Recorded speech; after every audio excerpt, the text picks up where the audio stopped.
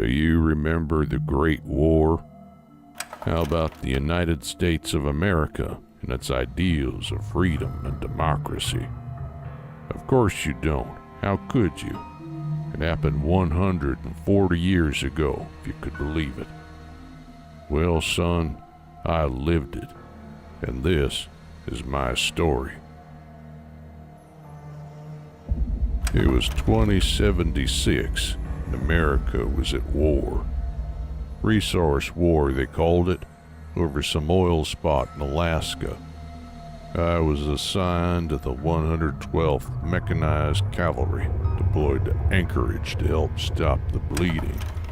The Red Chinese Menace was finally being beaten back by the T-51B power armor units, recently developed by Westech, finally putting an end to the conflict in Alaska.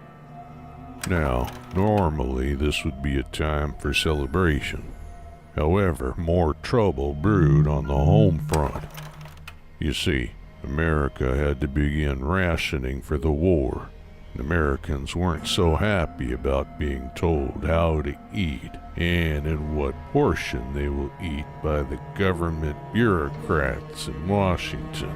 They started revolting in various areas of the country, prompting an armed response by the military after martial law had been declared. Luckily enough, my unit was assigned to Las Vegas to assist with the rationing efforts that my fellow countrymen were having to endure. I can't remember much about my mission back then, nor can I remember some of those men in that unit. Can't say for sure if that's because I truly forgot, or I've been spending decades trying to forget. What I can say I remember, though, is the day it all happened, October 23rd, 2077. I was stationed at a fortified checkpoint a few miles outside the city along the highways, where we were conducting routine searches of vehicles when the sirens went off.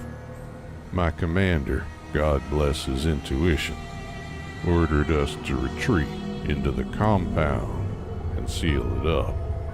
Maybe some at the time thought it was another drill, but all that disintegrated when we saw a mushroom cloud a few miles out in the Mojave. We felt shocked, afraid, unsure, all in the span of seconds as we saw humanity fall to ashes around us. Although the city had survived due to what I can guess is some advanced defense system, civilization had begun to destroy itself. It's been over a century since I've gone to Vegas, and I don't intend to go back. This wasteland, like Alaska, is war. And if I've learned one thing in my life, it's that war never changes. But people and ideals do.